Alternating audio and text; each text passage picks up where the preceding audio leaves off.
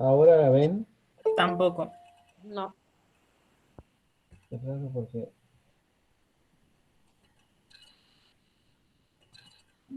Vamos a empezar de nuevo, a ver.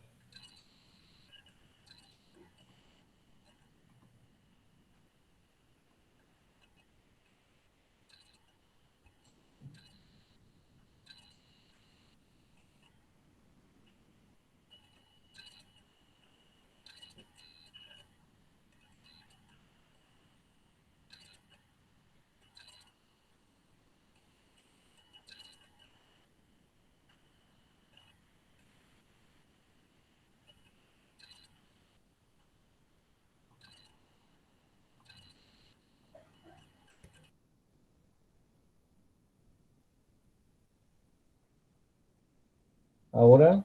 Ahora sí se ve. Bien, perfecto. Bien. Bueno, entonces la idea es que hablemos hoy de los aspectos prácticos relacionados con la transfusión. O sea, la idea también es que, por supuesto, cada vez que haya una duda, ustedes levantan la mano o me dicen, nos detenemos y si quieren preguntar algo o no entienden o voy muy rápido y vamos hablando la charla. ¿Mm?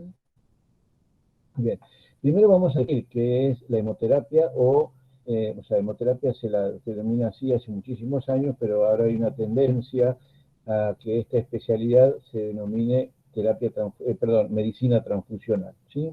Y tanto la medicina transfusional como la hemoterapia en realidad es una especialidad médica en la cual fundamentalmente se llevan a cabo tres procesos.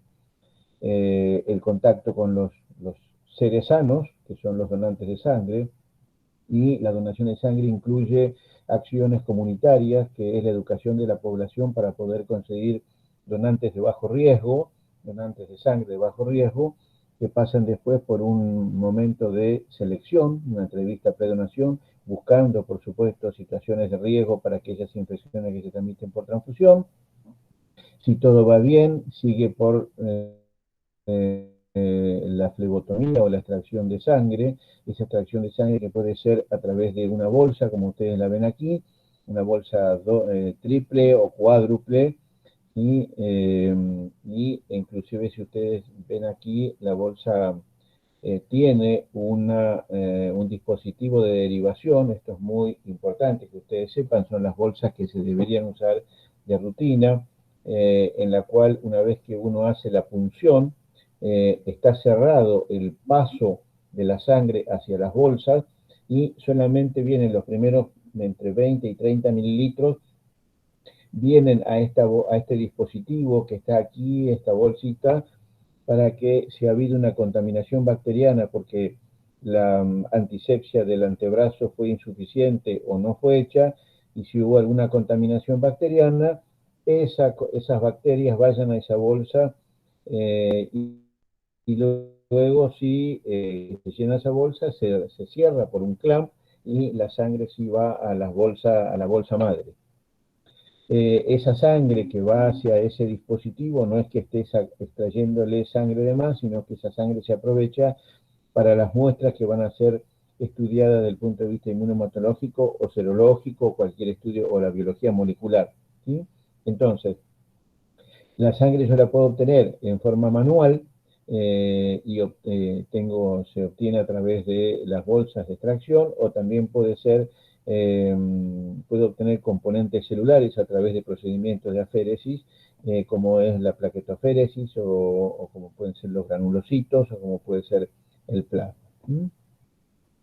El otro proceso de la hemoterapia es fundamentalmente la preparación de productos sanguíneos, es decir, separar las unidades, a partir de esas unidades que se han obtenido por centrifugación, se separan en componentes y además, por supuesto, este segundo proceso implica los estudios inmunomatológicos y los estudios serológicos o los marcadores serológicos para las infecciones que se transmiten por transfusión. Y el tercer proceso es la transfusión de sangre o de componentes propiamente dicho, que implica específicamente la indicación de la transfusión, la evaluación clínica pre y post transfusional y por supuesto el laboratorio inmunohematológico previo y el control posterior a la transfusión. Pero además de eso, la hemoterapia tiene como un proceso extra que es el control inmunohematológico materno-neonatal, ¿sí?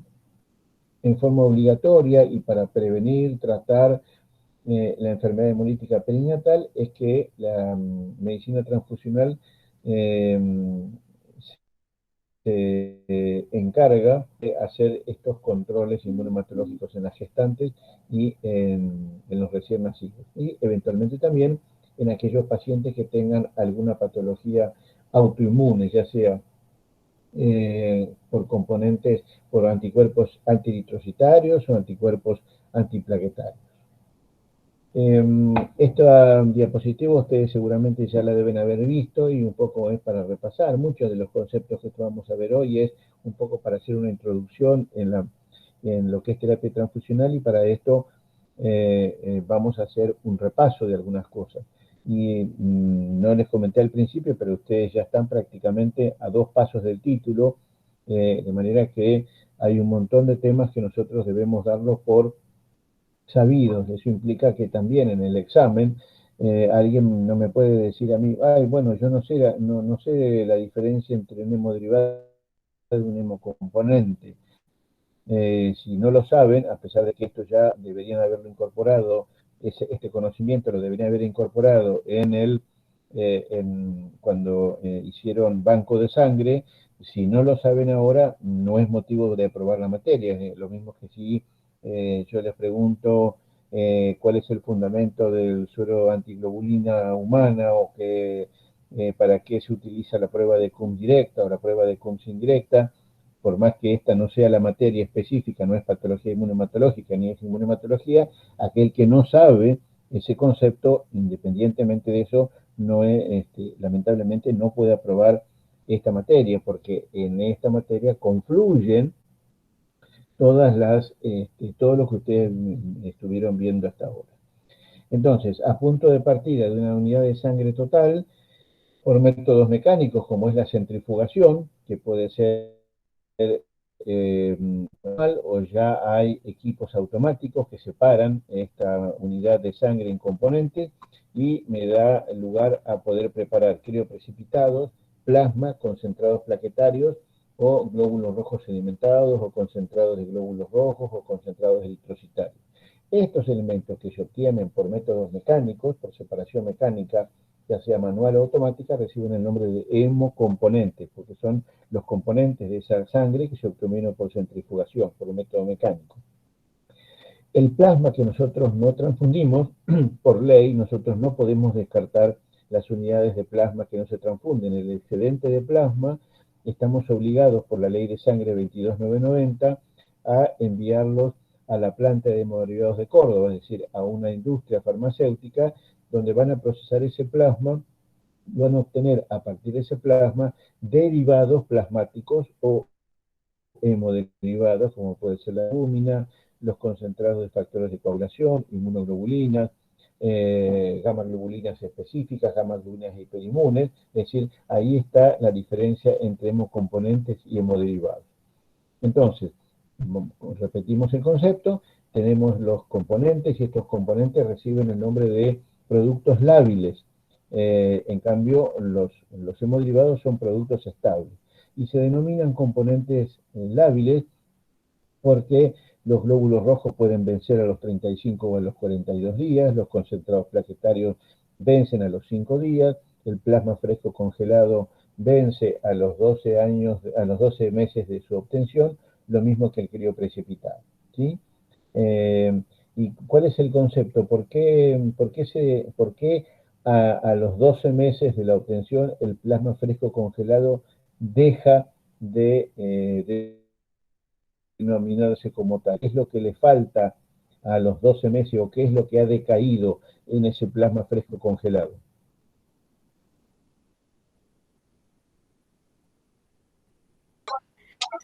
Los factores de la coagulación, profe, ¿Cuáles? factor 8, factor 5, creo si no me acuerdo mal. los factores lábiles, que son el 5 y el octavo. Esos dos factores de coagulación disminuyen en su concentración o en su nivel terapéutico a los 12 meses y pasa a ser, yo no sé por qué lo llaman así, pero se llama plasma de banco, ¿sí? Para mí es plasma congelado, ¿sí? Deja de ser plasma fresco congelado para seguir siendo plasma congelado, ¿sí? Y después el crioprecipitado también a los 12 meses de su producción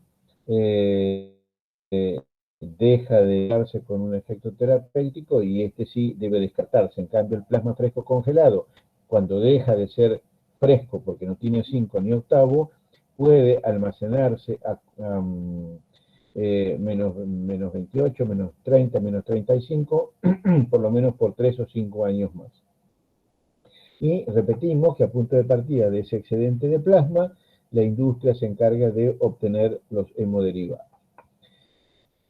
Cuando uno habla de la terapia transfusional, por supuesto que uno tiene que hacer científica y humanamente posible todos los elementos que uno tiene desde el punto de vista regulatorio para garantizar que la unidad que yo voy a transfundir, la unidad de componentes de la sangre o también de los hemoderivados, sean seguros y eficaces.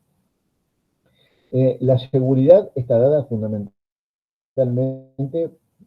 para disminuir los efectos adversos asociados a la transfusión. Cuanto menos efectos adversos tiene un hemocomponente, es más seguro, ¿sí? Y la eficacia tiene que ver fundamentalmente con la respuesta a la transfusión de ese hemocomponente. O sea, seguridad y eficacia son dos términos confluyentes en la eficacia, en la terapéutica transfusional, pero no significan lo mismo. Seguro es que trate de, o sea, es aquel que no tiene efectos adversos que puedan comprometer la vida del paciente o no, y eficacia es que no respondan a la terapéutica si realmente no lo son. Entonces, para poder complementar o para poder alcanzar la máxima seguridad o la máxima eficacia, hay que llevar a cabo una serie de pasos en cada uno de los procesos de la hemoterapia. Por eso hay que ser eh, muy buen promotor de la donación de sangre, es decir, yo tengo que buscar el donante voluntario, altruista y repetitivo, tengo que hacer una muy buena selección del donante, tengo que hacer una muy buena entrevista del donante, y la entrevista del donante tiene que ver fundamentalmente porque a pesar que uno le hace los estudios para las infecciones transmisibles por transfusión, siempre existe un periodo de ventana para las infecciones transmisibles por transfusión, de manera que para poder acortar ese periodo de ventana que nunca se va a cerrar, hacemos una entrevista predonación donde buscamos situaciones de riesgo en ese donante para aquellas infecciones que se pueden transmitir por transfusión.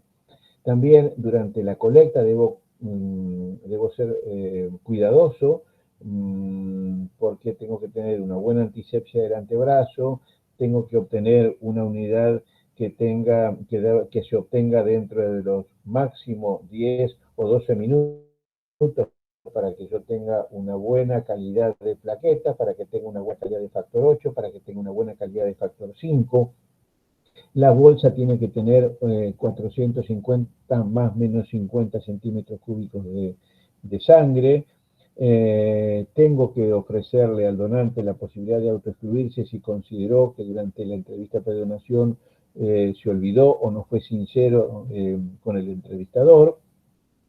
Durante el procesamiento tengo que garantizar fundamentalmente que no se abran los circuitos para que no haya contaminación bacteriana y que además debo respetar los tiempos y temperaturas de procesamiento para que los productos tengan concentraciones mínimas necesarias, ya sea celulares, cuando hablo de plaquetas o de glóbulos rojos, o también de factores de coagulación. Y también llevar a cabo el control a través de las infecciones de transmisión a través de los marcadores serológicos. Si todo esto se lleva a cabo en forma adecuada, yo voy a obtener un producto seguro. Ahora, yo les hago una pregunta a ustedes. ¿Hay seguridad de 100, a pesar de que yo hago todo lo que está científicamente y humanamente disponible, ¿ese producto le parece que es 100% seguro? No, porque siempre va a existir el periodo ventana. Bien, y además que, además del periodo de ventana, ¿qué otra cosa más? Eh, por qué tampoco, no solamente por las infecciones transmisibles por transfusión, cuál es el otro concepto en el cual me lleva a mí a decir que una transfusión no es 100% segura?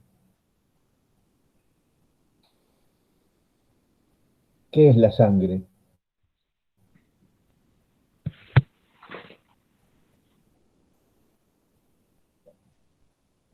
¿Agua bendita? ¿Qué es la sangre?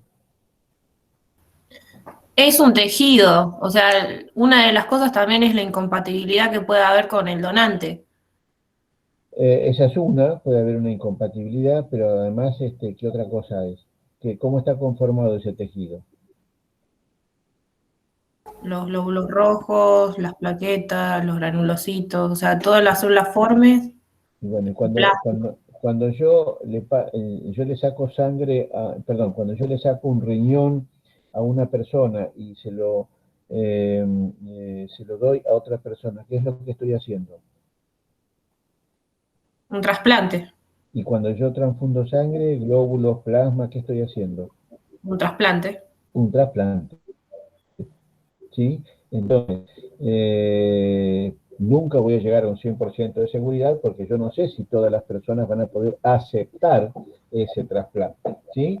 Ese trasplante de tejido vivo también puede provocar sensibilización a antígenos leucocitarios, plaquetarios, de las proteínas plasmáticas, aunque fuera una unidad que esté desde el punto de vista infeccioso sea perfecto, ¿sí? Entonces, la seguridad 100% no existe. Entonces, esa palabra que dice ahí, seguridad transfusional, y que ustedes la van a escuchar durante muchísimo, a lo largo de toda su vida como hemoterapeutas, nosotros, entre nosotros, nunca podemos decir que la sangre es segura.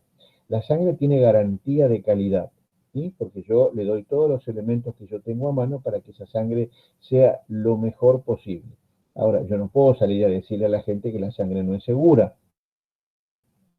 porque entonces se va a armar un problema grande, ¿sí? Pero sí tengo que hablar como decimos nosotros, para Doña Rosa tenemos que hablar de sangre segura, pero entre nosotros, que conocemos la historia de la transfusión como un trasplante, decimos que la sangre debe tener garantía de calidad. Entonces, ese producto se lleva a cabo en un banco de sangre o en un centro regional. Ya una vez que esas unidades están en el servicio de transfusión o previo a la administración de esa unidad, para que esa seguridad que empezó con la promoción de la donación sea y llegue hasta el final en las mismas condiciones, tiene que haber una buena indicación del producto que voy a transfundir, tengo que hacer las pruebas de compatibilidad, tengo que tener cierto recaudo, como vamos a ver ahora en el momento de liberarla, tengo que tener mucho cuidado en el momento de la administración, debo saber que una transfusión no dura más de 4 horas, cuál es el goteo, hay que controlar la temperatura, ¿sí? Y por supuesto siempre monitorear, evaluar antes, durante y después de la transfusión. Si yo tomo los recaudos necesarios desde que hago la promoción de la donación hasta que el donante, perdón, hasta que el receptor no tiene absolutamente nada, a los 4, 5, 6 meses de la transfusión, digo que hubo una seguridad transfusional en el proceso total, porque cada uno de los procesos o en cada uno de los procesos se cumplió con estándares de calidad o también llamados buenas prácticas de manufactura. ¿Mm? Para que ustedes sepan, en el año 2012 la Organización Mundial de la Salud consideró a la sangre, a la unidad de sangre, como un medicamento esencial.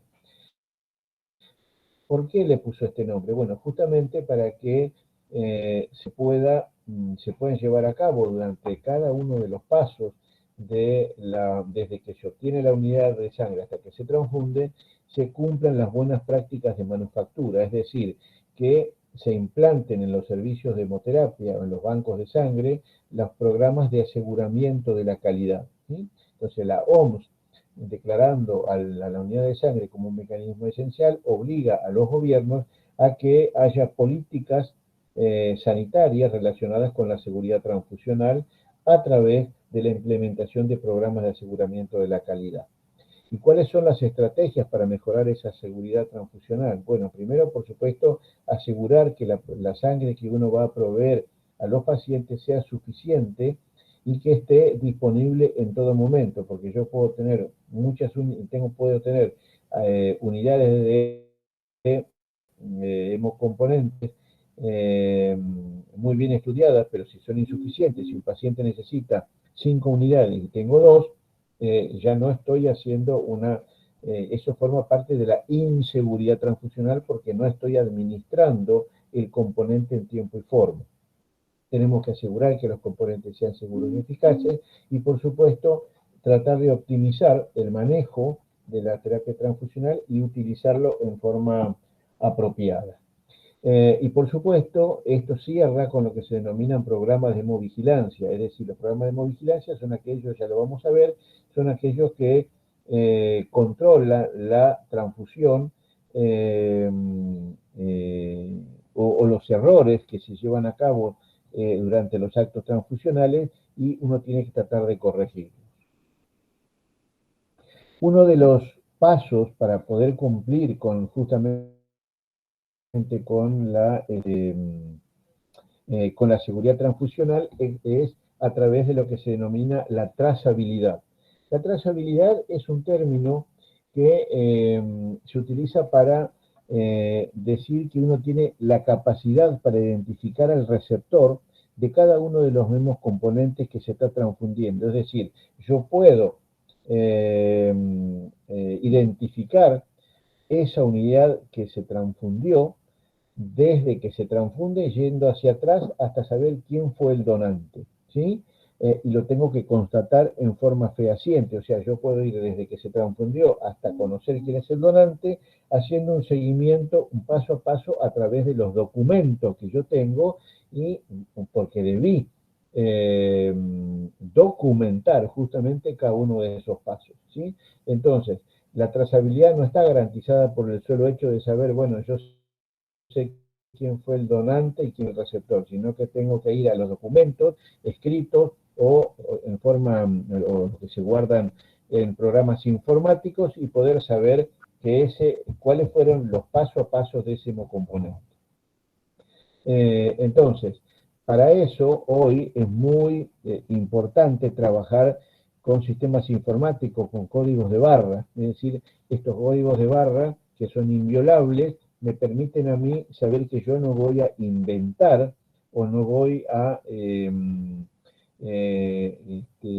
cambiar los números de unidades. Es decir, para que ustedes se den cuenta, este donante ingresó, para que ustedes vean, con el número 2784902. Este número de donante, esta ficha de donación, va a tener también con el código de barra en las bolsas que voy a utilizar para la extracción y para la preparación de componentes, y también ese mismo número van a estar en los tubos para los estudios serológicos e inmunohematológicos, y también se va a repetir, la voy a rotular en el momento de la transfusión, y también ese número va a quedar documentado en la ficha del receptor o en el sistema informático. Entonces, ahí tengo una trazabilidad descendente cuando yo sé que puedo seguir el paso a paso de esa bolsa desde que le fue donada hasta que fue transfundida, o si el paciente tuvo un efecto adverso, hago lo inverso, la trazabilidad ascendente, desde que conozco el número de unidad que fue transfundida hasta el número de donantes que en su momento llevó a cabo la donación. Bien, entonces vamos a ver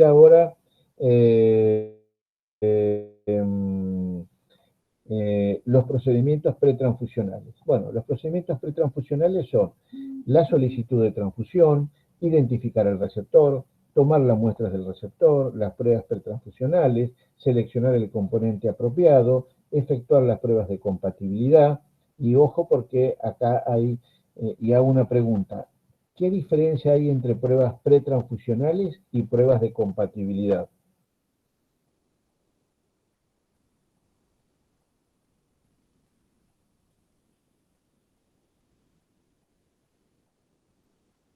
¿Cuál es la Las pruebas diferencia?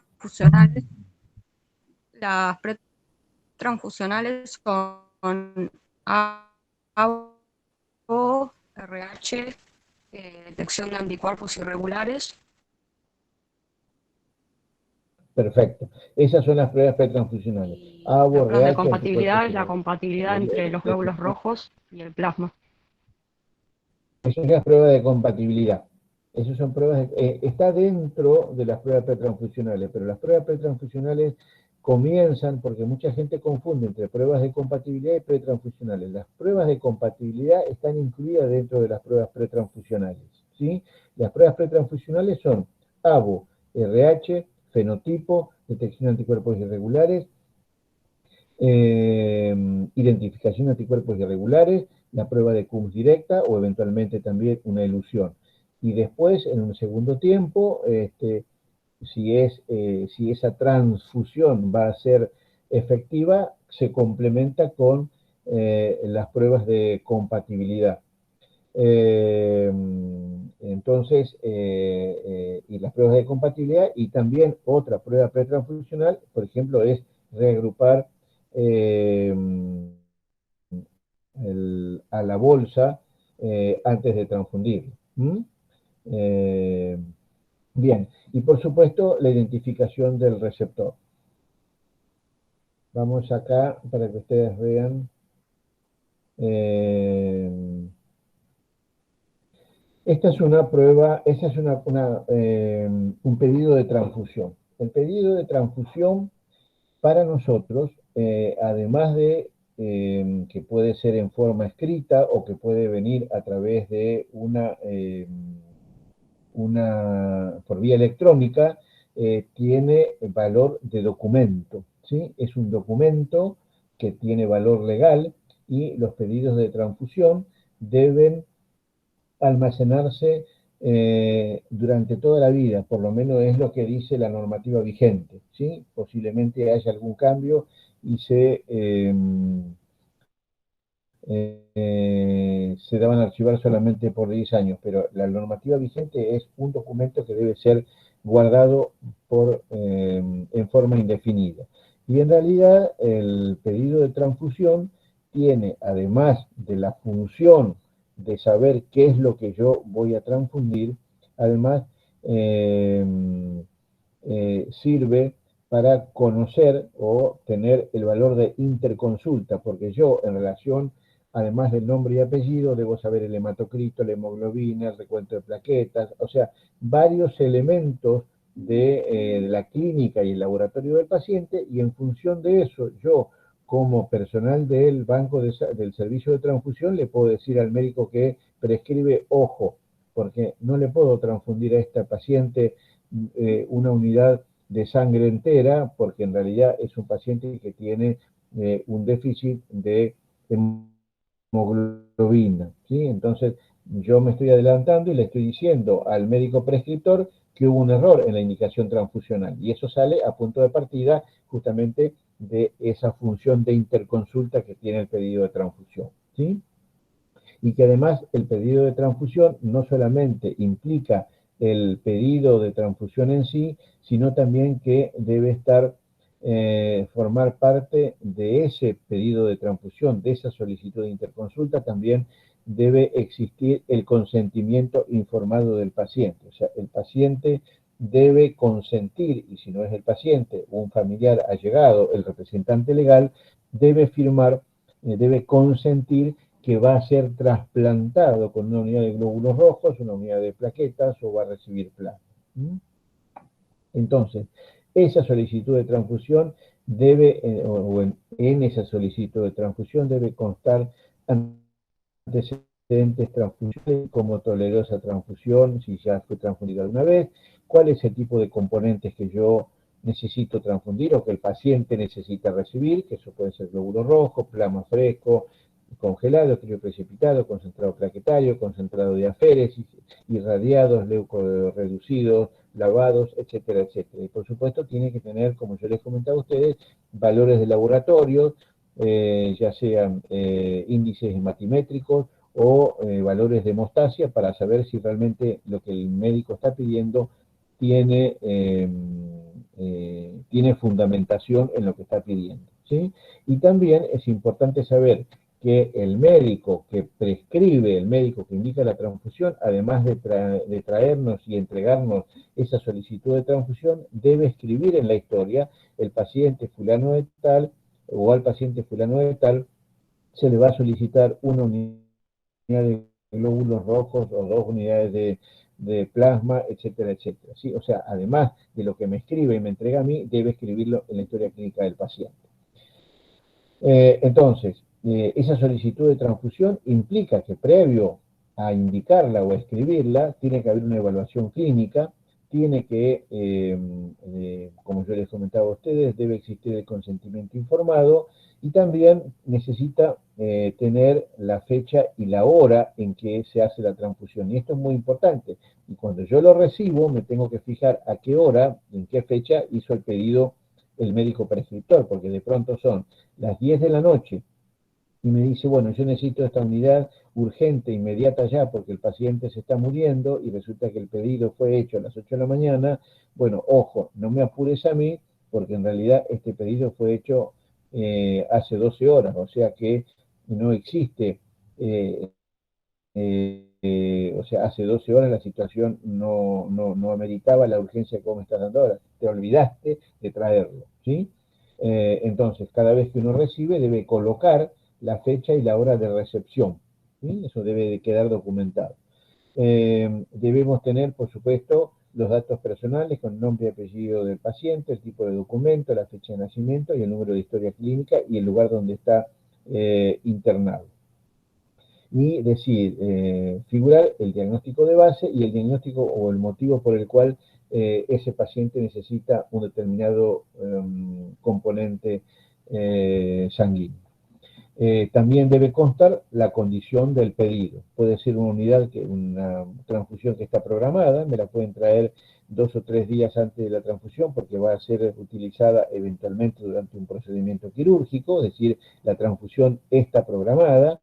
Puede ser no urgente cuando puede esperar ese paciente a ser transfundido dentro de las 24 horas, urgente cuando debe ser transfundido entre las 3 y 6 horas, o de emergencia cuando necesita ser transfundido dentro de los 30 minutos, o extrema urgencia, que cuando la situación del paciente es de vida o muerte. De todas maneras, hay que tener mucho cuidado porque cuando a veces viene el médico y dice, bueno, dame una unidad de... no estamos como en la televisión con el Dr. House, eso lo ven solamente en Estados Unidos y en las series televisivas, porque quien dice dame 4 unidades de O negativo porque el paciente se muere, y por más que yo le dé 4 unidades de O negativo, si no tengo tiempo para hacerle el grupo y factor, el paciente se va a morir igual. O sea, no es que por pasarle O negativo yo lo voy a salvar de la muerte. Aquel paciente que no puede esperar 10 minutos para hacerle el agua y el RH, la transfusión no le va a salvar la vida. Y finalmente, por supuesto, debe existir la firma del médico que lo prescribe, la aclaración con el número de matrícula y el sello que corrobore la identidad del médico prescriptor. Nosotros, como receptores de ese pedido de transfusión, como yo les comentaba a ustedes, debemos consignar el día y la hora de la recepción del pedido. El personal que lo recibe debe firmar que lo recepcionó. Debemos constatar, después que le hicimos el grupo ABO y anticuerpos irregulares, debemos constatar en ese pedido de transfusión el ABO, el RH y los resultados de anticuerpos irregulares. Por supuesto que le vamos a asignar un número de receptor. Debemos consignar el resultado de los anticuerpos irregulares y el número de unidades que fueron compatibilizadas, o eventualmente transfundidas deben quedar plasmados en ese pedido de transfusión. Bueno, y acá viene un Profe, poquito lo que hablábamos de pruebas. Sí, yo tengo sí, lo una escucho. consulta. Sí. Yo tenía entendido que cuando la transfusión es de extrema urgencia, sí se le transfunde cero negativo. O sea, cuando no tenemos tiempo ni siquiera de agrupar la bolsa, ¿qué hacemos en esos casos? En realidad, primero que siempre hay tiempo para hacerle un grupo y factor. O sea, yo puedo ir, si es de extrema urgencia, puedo ir con una unidad de cero negativo, pero mientras tanto ya le voy haciendo el grupo y factor y la segunda unidad será el grupo y factor que corresponda, o por lo menos abo compatible. De todas maneras, si yo tengo en la heladera solo una unidad de cero negativo, y la verdad que si el paciente sangra profusamente, yo no voy a gastar esa unidad de cero negativo porque sé que después voy a terminar pasándole positivo. Entonces, yo puedo jugar, entre comillas, con pasarle el famoso O negativo cuando tengo muchas, pero si tengo 3 unidades de cero negativo, tengo 2 unidades de cero negativo, eso significa que no tengo nada, y si me voy con una unidad de cero positivo, porque si el paciente está sensibilizado, me preocupa muy poco, porque lo que el paciente está sangrando profusamente y lo que pierde junto con la transfusión, junto con durante el episodio hemorrágico, pierde también los anticuerpos. Así que no va a ser una reacción incompatible, por lo menos de tipo IgG. Si yo por lo menos sí debo transfundirle unidades de grupo 0, que son lo que llaman burdamente universales. No voy a ir con una unidad de AB ni con A, pero por lo menos voy a ir con una unidad de 0. RH positivo o negativo lo veremos. Yo si tengo que salir corriendo, lo primero que hago, y si es una persona que tiene más de 65 años, salgo con una unidad de 0 positivo. Si es una unidad si es la que está sangrando profusamente, es una mujer en edad fértil que tiene 14, 15, 16, 20, 25, 30, 35, 40 años, y la primera unidad será cero negativo si tengo muchas, porque no quiero sensibilizarla, porque no quiero provocarle después una enfermedad hemolítica del recién nacido por una sensibilización, ¿sí? Entonces, esos son criterios que tienen que ver, como se llaman, criterios clínicos y también un poco de sentido común, ¿ok? Bien, muchas gracias. Bien, entonces, las pruebas pretransfusionales no solamente son las pruebas que se llevan a cabo para determinar la reacción antígeno-anticuerpo. Una prueba pretransfusional también significa, como prueba, saber cuál es el cuadro clínico del paciente, hacer una identificación perfecta del receptor, identificar perfectamente las muestras pretransfusionales, y por supuesto otra prueba es chequear los antecedentes transfusionales que tengo en forma escrita, ya sea en un libro o en el sistema informático. Entonces, las pruebas pretransfusionales, como recién dijeron, son para el ABO, el grupo ABO, ya sea por directa y por inversa, el factor RH, y la detección de anticuerpos irregulares, ¿sí? Acuérdense que la detección de anticuerpos irregulares hay que utilizar siempre, o terminar siempre, la detección de anticuerpos irregulares en fase antiglobulínica, porque detectan los anticuerpos clínicamente significativos, ¿sí? Y como complemento de las pruebas pretransfusionales, si yo voy a transfundir a ese paciente, si esa transfusión va a ser efectiva, hago las pruebas cruzadas entre donante y receptor. Entonces, para minimizar los efectos del trasplante, que es la transfusión, tengo que transfundir cuando yo sé que los beneficios van a ser mayores que los riesgos, es decir, que tengo que transfundir cuando el paciente necesita y la indicación está basada en evidencia científica. Eso significa que nosotros debemos implementar lo que se denomina terapia transfusional restrictiva, o sea, transfundir lo menos posible. Transfundir lo menos posible, estoy diciendo, transfundirlo con criterio, no es que voy a decir, bueno, no quiero transfundir y se termina la historia. Si es necesario transfundirlo, se transfunde. pero no transfundirle más o no transfundir sin justa causa, ¿sí? Y hacer la evaluación clínica pretransfusional. Eventualmente también uno puede implementar programas de donación o transfusión autóloga para disminuir el uso de unidades homólogas que llevan a un trasplante, y también evaluar si el paciente a lo mejor no necesariamente tiene que recibir una transfusión, sino que está en condiciones de recibir alternativas farmacológicas, es decir, por ejemplo, darle hierro endovenoso, darle ácido tranexámico como antifibrinolytíco, darle desmopresina para poder favorecer la densidad plaquetaria, es decir, hay que ver si además de la transfusión o en lugar de la transfusión, podemos buscar elementos alternativos a la misma. Un paso fundamental es la correcta identificación del receptor. O sea, para eso hay que preguntarle al paciente cómo se llama, es decir, yo no voy, si el paciente está consciente, por supuesto, no voy a decir, señor, ¿usted es Oscar Torres? No, eso no corresponde. Tengo, señor, ¿cómo se llama usted? Y a mí me dice, si el paciente dice, yo me llamo Oscar Torres, y veo que el pedido dice Oscar Torres, este paciente está lúcido y este es Oscar Torres. Porque si yo le pregunto, ¿es Oscar Torres? Y el señor dice, sí, me da lo mismo ser Oscar Torres que Juan Pérez, así que eso ya es una mala identificación del paciente. Si el paciente no está lúcido, hay que preguntarle al personal médico, al personal de enfermería o a los familiares. Y en lo posible, identificarlo de alguna manera y dejarle esa identificación, en lo posible sería conveniente que los pacientes, sobre todo aquellos que van a ser transfundidos, tengan un brazalete identificatorio.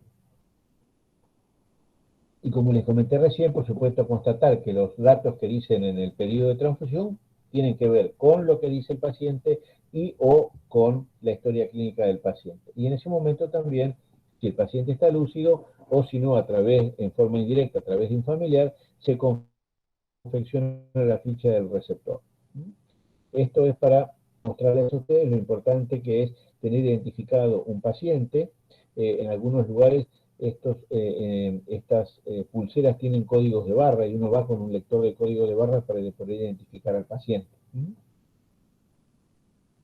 La toma de muestra. Bueno, hay una situación muy importante que se llama, es tan importante la toma de muestra que en la actualidad hay todo un capítulo de la hemoterapia o del laboratorio que se denomina gestión de muestra, que tiene que ver con el paso a paso que debo llevar a cabo desde que recibo el pedido de un análisis, y eso significa la toma de la muestra, la conservación, el procesamiento de esa muestra, el etiquetado, la identificación del paciente, ¿sí?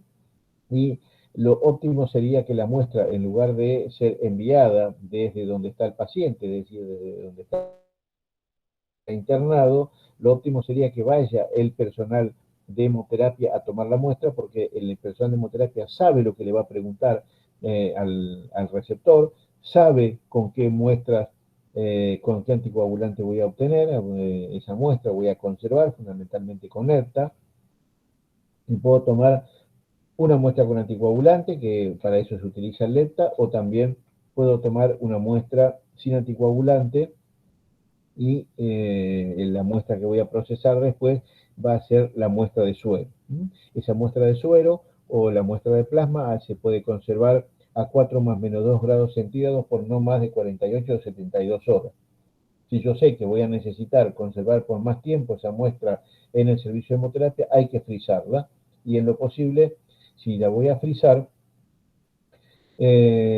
frizarla por lo menos en 2 o 3 alícuotas, para que cuando ya la vaya a descongelar, no esté descongelando toda la muestra, sino que descongele de a poco, digamos, porque el congelamiento, el descongelamiento, si el paciente tiene anticuerpos, puede disminuir la actividad de ese anticuerpo, ¿sí?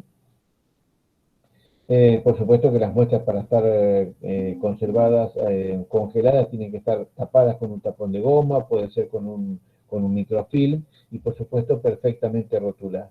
Y acuérdense muy bien que toda aquella muestra que se obtenga bajo estándares de calidad, pero que realmente el paciente estuvo mal identificado o la muestra estuvo mal rotulada, eso lleva a que, por supuesto, haya resultados erróneos y puede llevar inclusive a una incompatibilidad y a la muerte de un paciente. Entonces, como antigüedad, las muestras no pueden tener más de 3 días. Si yo las voy a conservar, fundamentalmente si el paciente tuvo antecedentes obstétricos o transfusionales, ¿sí? La muestra hay que conservarla no más de 3 días. Si necesito aquel paciente que se transfundió hoy, por ejemplo, 10 de agosto, yo puedo utilizar esa muestra también para compatibilizar mañana 11 y pasado mañana 12.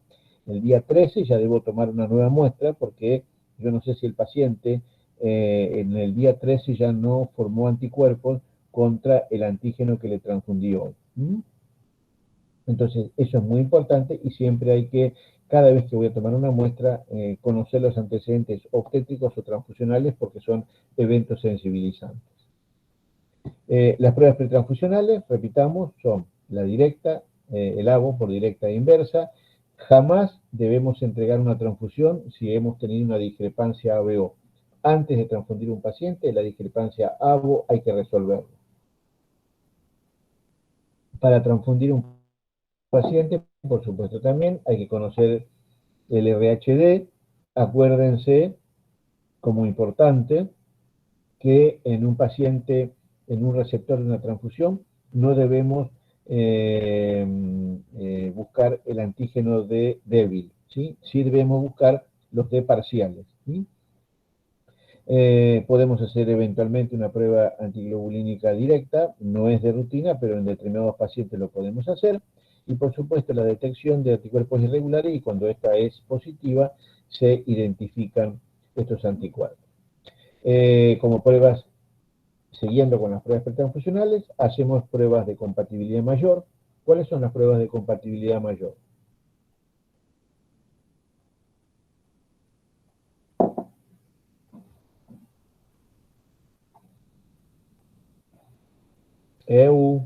¿Cuáles son las pruebas de compatibilidad mayor?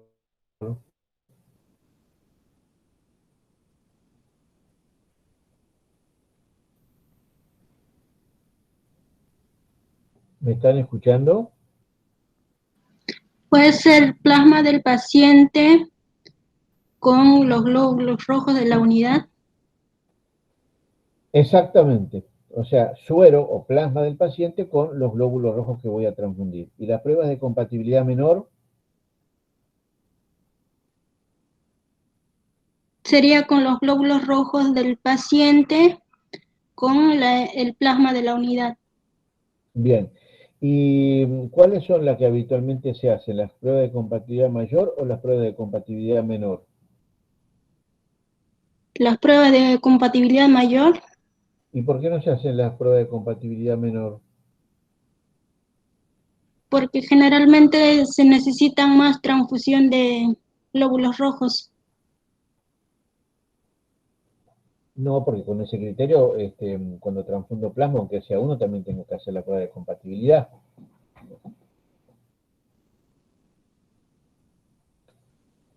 ¿Por qué no se hacen pruebas de compatibilidad menores entre el plasma que voy a administrar con los glóbulos rojos del paciente? Porque a los donantes se le hace la DAI, profe, la detección de anticuerpos irregulares. ¿Porque a quién? Porque a los donantes se les hace la DAI. Exacto, exactamente. Todos los donantes de sangre, de forma rutinaria y obligatoria, hay que hacer detección de anticuerpos irregulares. Si el plasma si el donante tiene anticuerpos irregulares positivos, que por supuesto se tiene que identificar, ese plasma no se libera para transfusión, ese plasma va a descarga. Bueno, por supuesto si hay un paciente que está sensibilizado, debe recibir unidades de antígeno negativo para el cual el paciente está sensibilizado. Hay que rotular las unidades con el apellido y nombre del paciente, la cama donde está internado o la habitación, el número de bolsa, el grupo IRH del donante y el grupo IRH del receptor. ¿Sí? En el caso de transfundir glóbulos rojos, necesito, por supuesto, utilizar glóbulos rojos ABO-compatibles. Debemos comprobar la fecha de vencimiento. ¿Por qué es importante comprobar la fecha de vencimiento?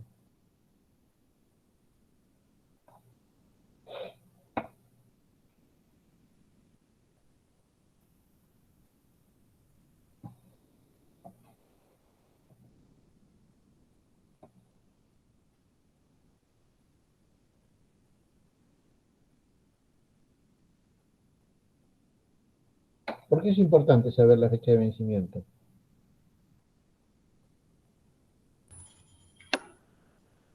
Porque pasado determinado tiempo los glóbulos rojos se empiezan a romper. Bueno, primero porque no le voy a pasar sangre vencida o glóbulos, unidades vencidas a un paciente. Vamos a empezar por eso. O sea, son componentes lábiles, porque no le voy a pasar unidades vencidas, porque no debo pasárselo, porque eso no corresponde. ¿Sí? Pero fundamentalmente, además, ¿por qué debo conocer la fecha de vencimiento? Porque yo les hago una pregunta. Si yo tengo un neonato, ¿le voy a pasar sangre con cerca de fecha de vencimiento o con o unidades recientemente extraídas o de pocos días de extracción? Con pocos días de extracción. Bien, si yo sé que es un paciente que va a recibir sangre toda su vida, por ejemplo, un oncohematológico o un paciente talasémico, ¿qué glóbulos rojos le voy a dar? ¿Glóbulos rojos frescos o glóbulos rojos cercanos a la fecha de vencimiento? Glóbulos rojos frescos. Bien. Si es un paciente que está sangrando con una hemorragia digestiva o que un herido de bala o una herida de arma blanca, ¿qué unidades voy a utilizar? ¿Glóbulos rojos frescos o glóbulos rojos cercanos a la fecha de vencimiento?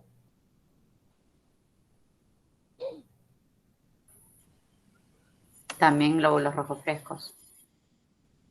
No, al revés, al contrario, ahí me tengo que No. sacar de encima los glóbulos rojos que están cercanos a la fecha de vencimiento porque me aportan capacidad de transporte de oxígeno, pero además lo voy a perder.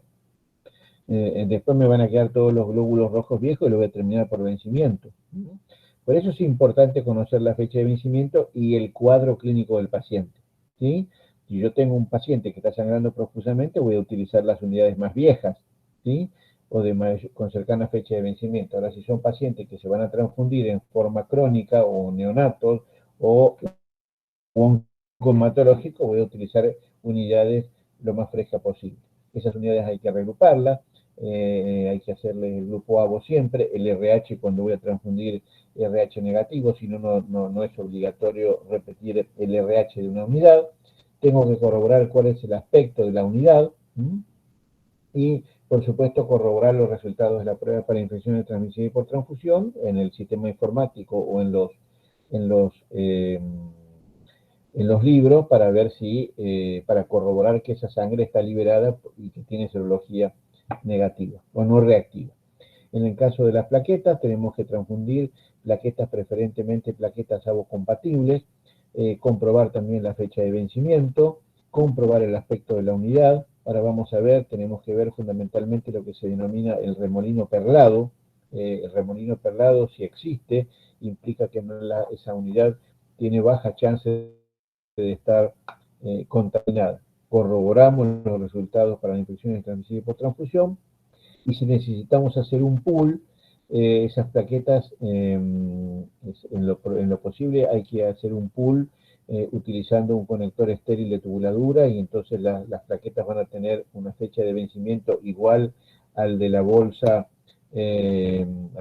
madre, y si lo utilizo con circuito abierto, que no utilizo el conector estéril de tubuladura, esa unidad va a tener un circuito abierto y preferentemente hay que transfundirla dentro de las 4 horas. Y si no puedo transfundir dentro de las 4 horas, por lo menos tenerlos a 4 más menos 2 por 12 o no más de 12 o 24 horas. El plasma fresco congelado, hay que seleccionar también unidades ABO compatibles, hay que tipificar el grupo ABO. ¿Cómo tipificarían un grupo ABO en una unidad de plasma? ¿Cómo reagrupan un plasma?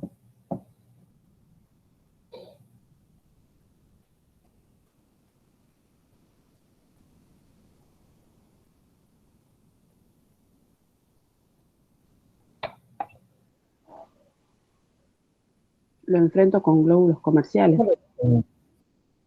Claro, hacer como si fuera una inversa.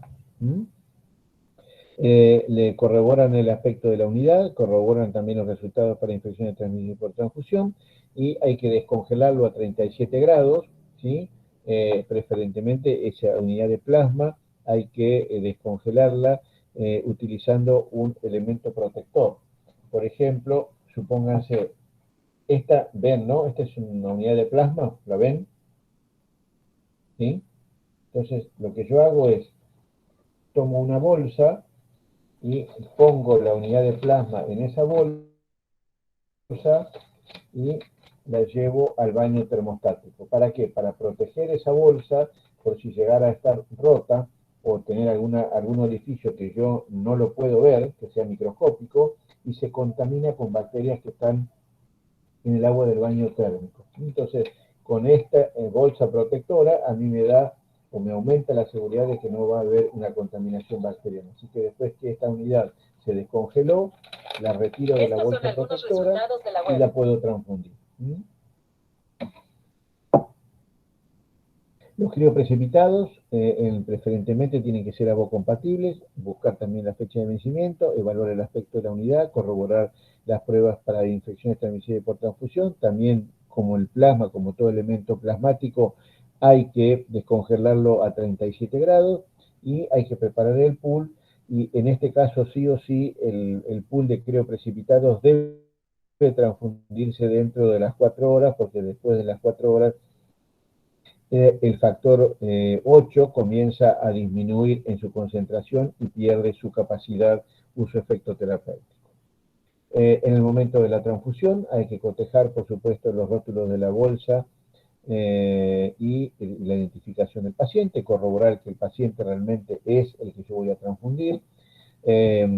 Tomamos una muestra de sangre, en general se hace por punción digital, del grupo ABO del paciente para evitar una incompatibilidad ABO. Evaluamos cuál es la red venosa que vamos a utilizar para transfundir. Se deben utilizar equipos para transfusión, para infusión, con determinadas características que ya vamos a ver. La velocidad de transfusión va a depender del cuadro clínico del paciente. Y vamos a hablar un poquito de los fluidos compatibles y de los medicamentos. Entonces, los equipos para infusión, por supuesto que tienen que estar aprobados por ANMAT, ¿sí? Porque tienen un diseño específico, y ese diseño específico es el siguiente. Están viendo en la cámara, ¿verdad? Sí. Sí, sí. Sí, profe. Bien. Entonces, la guía para transfusión tiene que estar, por supuesto, esto es, tiene que estar aprobada por ANMAT y tiene que estar en un envoltorio totalmente sellado y además tiene que estar esterilizado por rayos gamma, ¿sí? Entonces, en el momento de transfundir, yo voy a abrir esta bolsa, este paquete, y la guía de transfusión está formada. La parte superior por este elemento que se denomina rompecoágulo, que es el que va a ir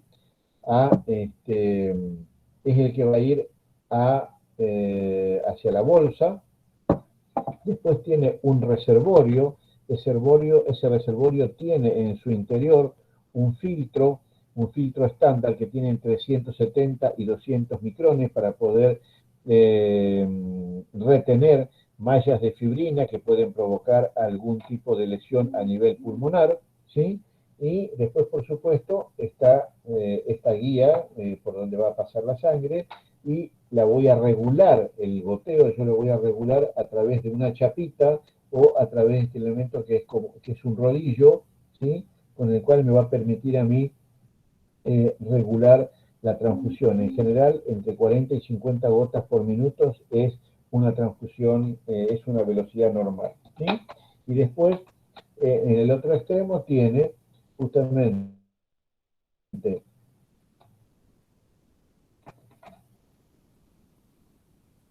un espacio donde yo voy a colocarlo para, va a ir a la aguja, ¿sí? La aguja, que para que justamente esa aguja se coapte perfectamente, yo coloco la aguja y la voy a enroscar, ¿sí? Y queda así enroscado. Algunas guías de transfusión tienen un dispositivo en paralelo para que yo pueda colocar por acá algún líquido, el único líquido que puede ir por acá si yo estoy transfundiendo glóbulos rojos, Puede ser albúmina al 5%, puede ser plasma, puede ser solución fisiológica. No se puede administrar otro líquido que no sea ese elemento compatible con la sangre. Puedo utilizar a veces filtros para leucorreducción, que ya lo vamos a ver en su momento. Bueno, por supuesto, en algunas circunstancias se utilizan jeringas fundamentalmente para los pacientes pediátricos, con las cuales también se utilizan bombas de infusión, como bombas de infusión que tienen una regulación de la velocidad. También en algunas circunstancias existen los llamados equipos de presión externa. ¿Qué son los equipos de presión externa? Son unas especies de manguitos como los que hay para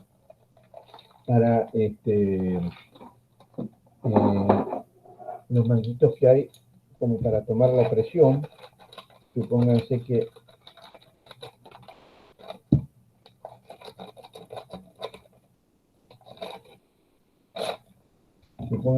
este es el manguito, ¿sí? Entonces, lo que se hace es colocar la bolsa de sangre adentro del manguito y con un insuflador, esto va en forma neumática, va presionando en forma externa para acelerar la velocidad de transfusión. Esto es lo que se hace fundamentalmente en pacientes que sangran profusamente.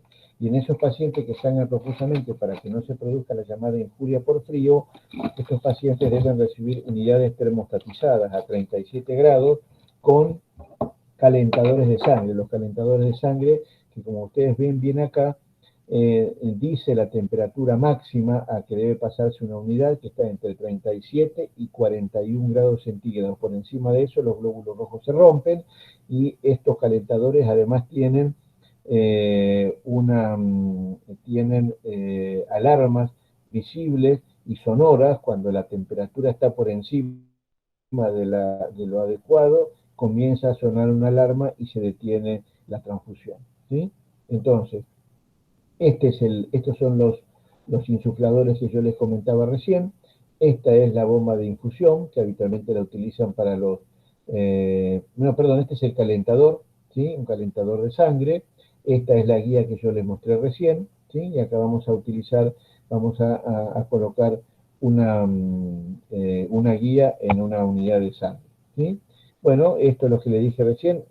No se puede administrar ningún tipo de medicamento o en forma paralela por la misma vía. Lo único que se puede administrar es solución fisiológica solución salina normal, albúmina al 4 o al 5% y plasma avocompatible, ¿sí? Importante, entonces, no administrar otro elemento que no sea solución fisiológica. Ojo con administrar soluciones de lactato, porque nicoloides, porque fundamentalmente que contengan calcio, porque eso provoca coagulación. Es importante no utilizar agujas que tengan un fino calibre, porque cuando pasan los glóbulos rojos por ese calibre muy finito, terminan hemolizando y entonces producen una hemólisis de tipo mecánica. Y como les comentaba recién, no calentar las unidades por encima de 42 grados centígrados.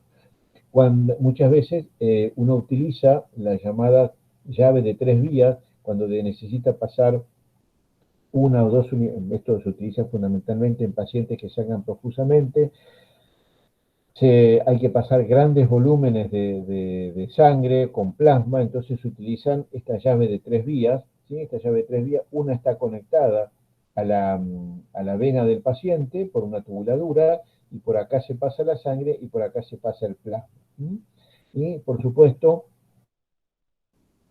estos son los catéteres, ¿sí? Que son llamados AVOCAT, catéteres endovenosos, que son utilizados para infundir en forma endovenosa. Hay de 24G, de 22G, de 20G, de 18, de 16 y de 14. Para transfundir en forma convencional y con un goteo normal, uno puede utilizar AVOCAT de calibres 20. Los calibres de 18, 16 y sobre todo los de 14 son calibres muy gruesos que se utilizan fundamentalmente cuando es un paciente que está con una hemorragia muy importante y necesito pasar grandes volúmenes en poco tiempo. La velocidad de transfusión depende de cada paciente, no existe un tiempo mínimo para pasar una unidad, pero sí sabemos que una unidad fundamentalmente de glóbulos rojos no debe superar las 4 horas. Si yo veo que la unidad no pasó en las 4 horas, retiro la unidad y la cambio por otra, o puede suceder también que sea un paciente insuficiente cardíaco que no puede recibir una unidad de sangre, una unidad de glóbulos rojos en 4 horas, entonces lo que hago es fraccionar. Fracciono el 50%, se lo paso en 4 horas y dejo la segunda fracción para pasarla en las 4 horas siguientes. Bueno, es importante que antes de transfundir un paciente, hay que, por supuesto, recepcionar el comprobante firmado por el técnico, hay que colocar en la hoja de enfermería, en la hoja de anestesia, controlar los signos vitales, advertirle al familiar, al paciente, al personal de enfermería, y que se ha colocado una transfusión y que estén muy cerca por las dudas de que aparezca alguna reacción adversa a la transfusión. En los primeros 10, 15 minutos hay que estar muy cerca del paciente porque fundamentalmente es cuando se producen las incompatibilidades ABO. Y después que pasó la transfusión se retira la unidad vacía, se anotan, por supuesto, que si la transfusión fue bien o mal tolerada, y se anota en la historia clínica el horario en que termina la transfusión. Los equipos que se utilizaron deben ser descartados según las normas de bioseguridad en cada institución, habitualmente son por supuesto en bolsas rojas, y eventualmente si la transfusión necesitó ser interrumpida, hay que escribir que se interrumpió y cuál fue la causa. Bueno, ahora espérenme un cachito, porque yo quiero ver si puedo mostrarles algo.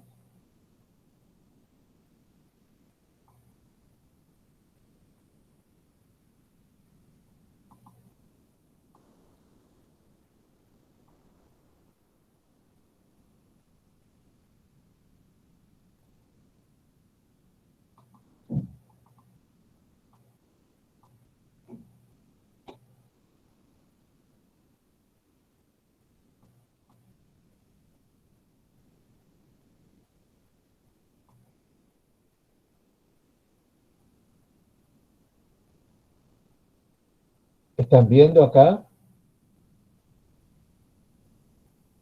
Sí, profe. Sí, profe. Bien. Bueno, ven, aquí vamos a utilizar... No, esta no era la que yo les quería mostrar. Esperen un cachito, a ver.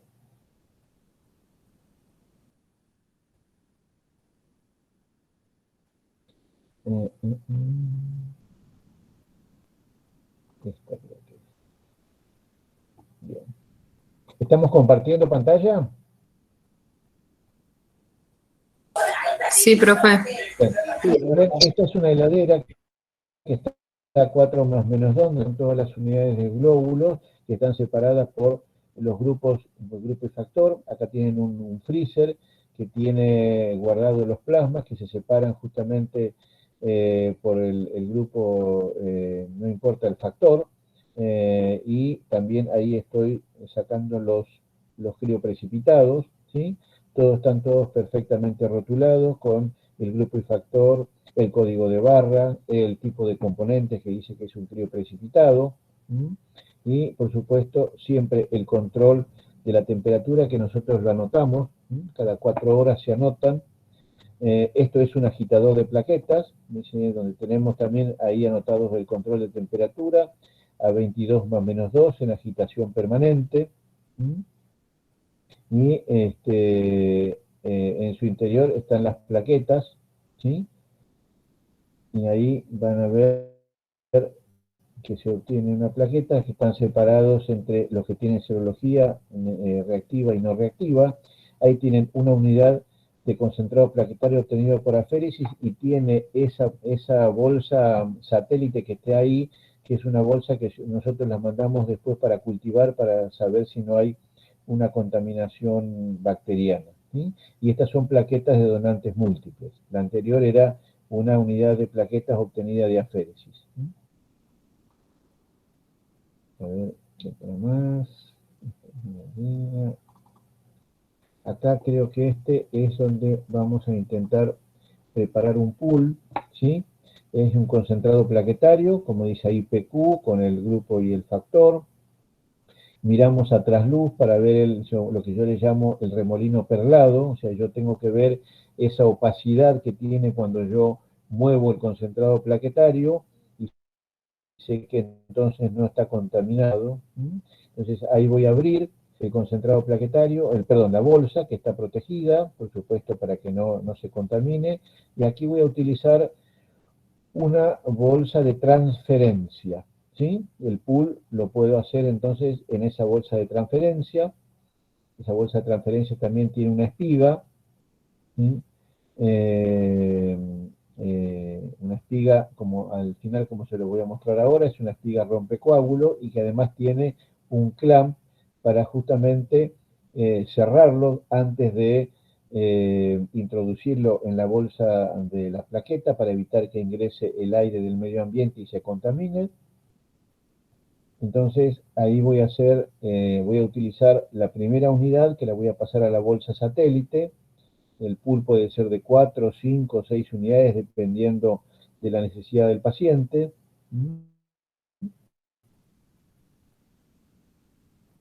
Entonces abro el clamp, dejo pasar la primera unidad, que va a pasar en su totalidad. Eso se puede hacer, esto porque este paciente se va a transfundir en el momento, si no utilizo el equipo que está aquí atrás, que es un conector estéril, ¿sí? Una vez que pasó la primera unidad, vuelvo a cerrar el clamp, porque cuando voy a colocar la segunda unidad, vuelvo a abrir el clamp, ¿sí? Una vez que una vez que preparé el concentrado plaquetario, voy a sellarlo en por lo menos 2 o 3 partes para evitar la contaminación bacteriana. Este es un sellador térmico, ¿sí? Entonces ahí tengo los 3 segmentos sellados, ¿sí? Que van a permitir a mí separarlo de la bolsa madre y me quedo con el pool. El pool, esta es una sola unidad, pero en general lo que tenemos es, cuando terminé de efectuar el pool, en ese pool le voy a colocar cada una de las unidades que conformaron el pool, el grupo y el factor, acá dice que es plaquetas, y cada una de estos rótulos corresponden a cada una de las plaquetas que están conformando ese pool. Entonces, una vez que hice el pool, ese pool lo voy a poner sobre fondo de luz, y lo que quiero ver es que tenga el remolino perlado, esa turbidez que me permite a mí saber que tengo un remolino perlado. Y por último, la voy a llevar a la transfusión, ¿sí? Entonces, ahí está la guía que yo les mostraba hoy, ¿sí? Que tiene que tiene el filtro, ¿sí? Voy a cerrar el rodillo o el clamp, ¿sí? Y voy a introducir la espiga en la bolsa en este caso, del pool de plaquetas o de glóbulos rojos, ¿sí? Y una vez que hago una vez que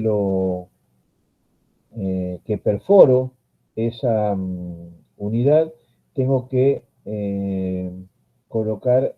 tengo que purgar la tubuladura. Primero tengo que dejar que el líquido llegue por lo menos hasta la mitad del filtro para que no pase aire, y abro el clamp y voy a purgar esa tubuladura para que no haya, en el momento de la infusión, no lleve aire. Entonces esto llegó prácticamente hasta el final.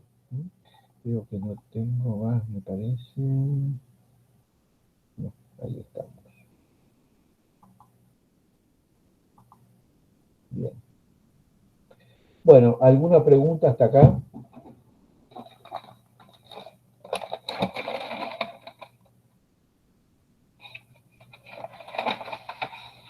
¿Alguien tiene alguna pregunta?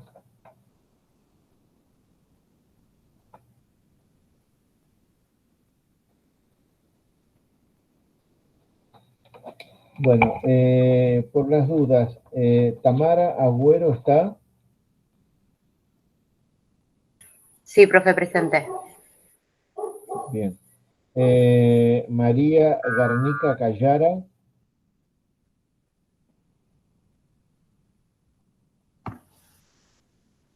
Laura Lambert o Lambert.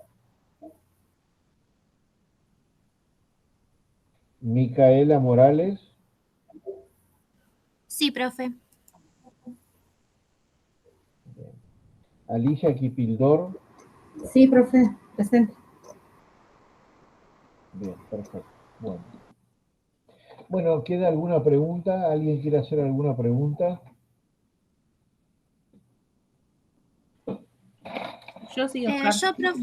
Uy. Sí. Bueno, yo pregunto primero. Sí, sobre recién que estábamos mostrando lo del pool de las plaquetas que usted dijo, que en ese pool tenemos que poner todas las etiquetas, ¿no? De cada uno de De los cada que unidad. hemos tomado, claro, de cada unidad que hemos tomado. Eso que es, tenemos que reimprimir la información y ahí pegarlo, ¿verdad? Exactamente. Ujú. Sí. Ok, esa era mi duda. Sí. Eso forma parte de la trazabilidad, porque si yo no lo reimprimiera y tengo algún efecto adverso a la transfusión, yo no sé cuál es el concentrado plaquetario que puede haber estado implicado en la reacción adversa. Entonces, si yo tengo un pool de plaquetas y tengo una reacción adversa, voy a investigar en cada uno de los donantes qué pasó. ¿Mm?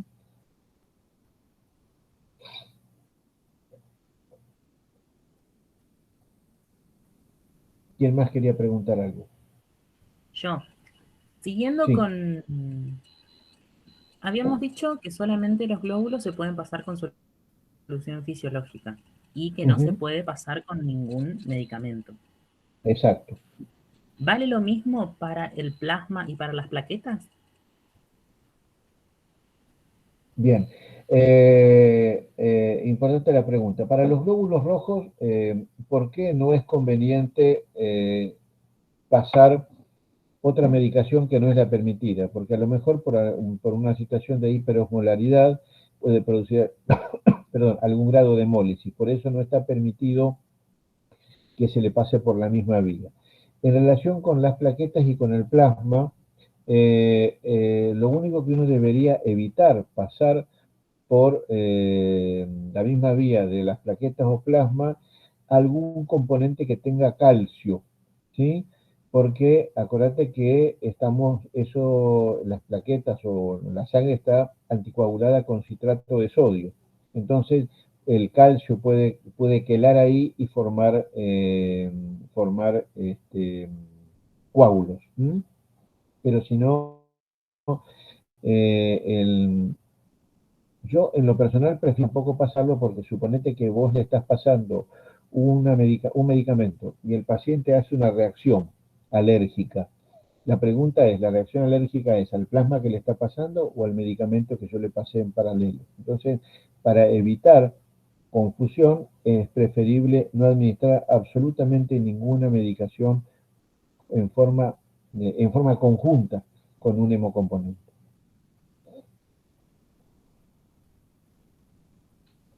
Bien. Y en el caso también, por ejemplo, nosotros hablamos de las vías periféricas, pero también existen las vías centrales. Sí. No sé si quieres explicar qué es una vía central.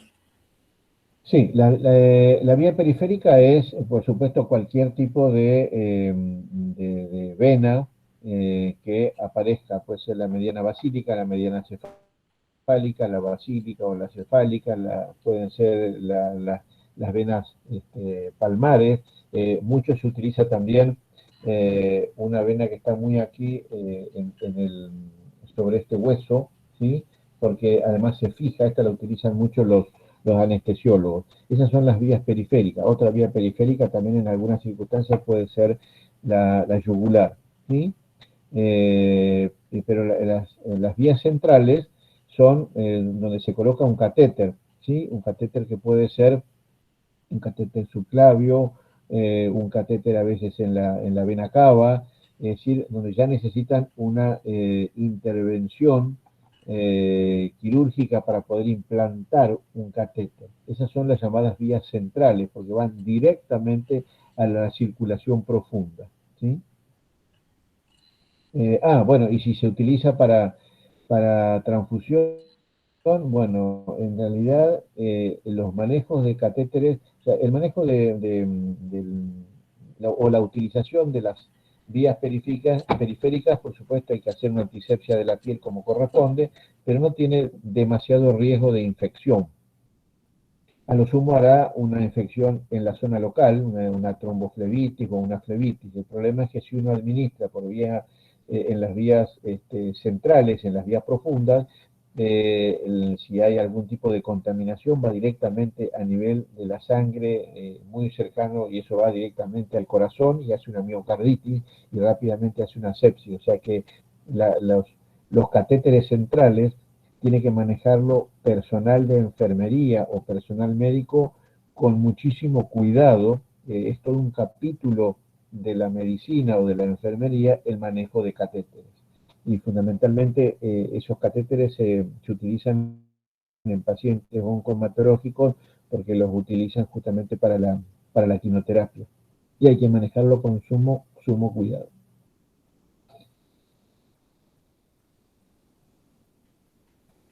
Y en los casos en los que hay una vía central y esa vía central tiene varios lúmenes y tiene un lumen libre, sí. ¿Ese lumen se puede usar aunque en el otro lumen sí, esté, sí, se puede usar. En general no te dejan, porque quieren usarlo ellos nada más, porque a veces después se tapan y vos sos el culpable de que el catéter se tape y a veces hay que cambiarlo, pero a veces lamentablemente no hay vías periféricas y no tengo otra opción que utilizar la vía central. O sea, hay que pelearse con el personal de enfermería que no quiere que le toquen la vía, pero si el paciente lo pinché 2, 3, 4 veces y no tiene vía periférica, lamentablemente no me queda otra opción. De última que lo coloque el cirujano o el médico cirujano o quien fuera, pero a veces no hay opción y hay que utilizar una vía central.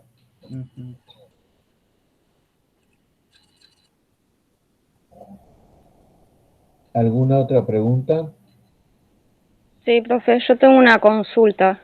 Es sobre algo que leí en el manual técnico de la utilización de sangre total. O sea, acá dice que corresponde a las transfusiones autólogas, pero no nombra la exsanguinotransfusión. ¿Por qué? Me quedó esa duda. No, dejémoslo para cuando veamos transfusiones de componentes. Ni siquiera la transfusión autóloga tiene que transfundirse como sangre entera, pero ya lo vamos a ver y lo vamos a explicar con detenimiento, tanto la exsanguinotransfusión como la transfusión autóloga. Ya vamos a tener un capítulo, una clase de ese tema. Bueno, bárbaro, gracias. ¿Alguna otra pregunta? Sí, sobre la bibliografía, o sea, leemos del manual técnico y además del material que nos sube usted al Classroom. Exacto, así es. Sí.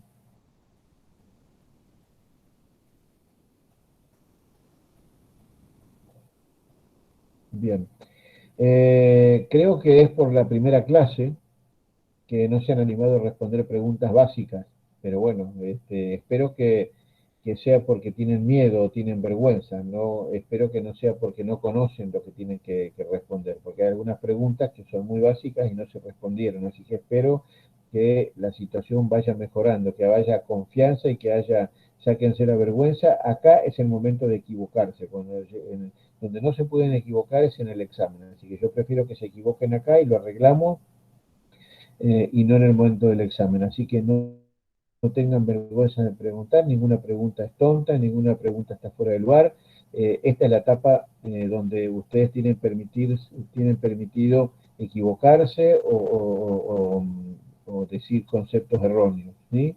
En el examen lamentablemente no. Así que no tengan vergüenza, yo no tengo ningún problema y a veces lo que uno considera una pregunta tonta puede ser muy importante para uno o para otro de los que está compartiendo la clase. ¿Ok? Bueno, si no hay más preguntas, muchas gracias por hoy. Nos vemos el martes que viene. Gracias, Emanuel. Hasta el martes. Y nos vemos. Hasta el martes. Chao, gracias. Gracias, profe. Chao, Hasta el profe. martes. Chao. Chao.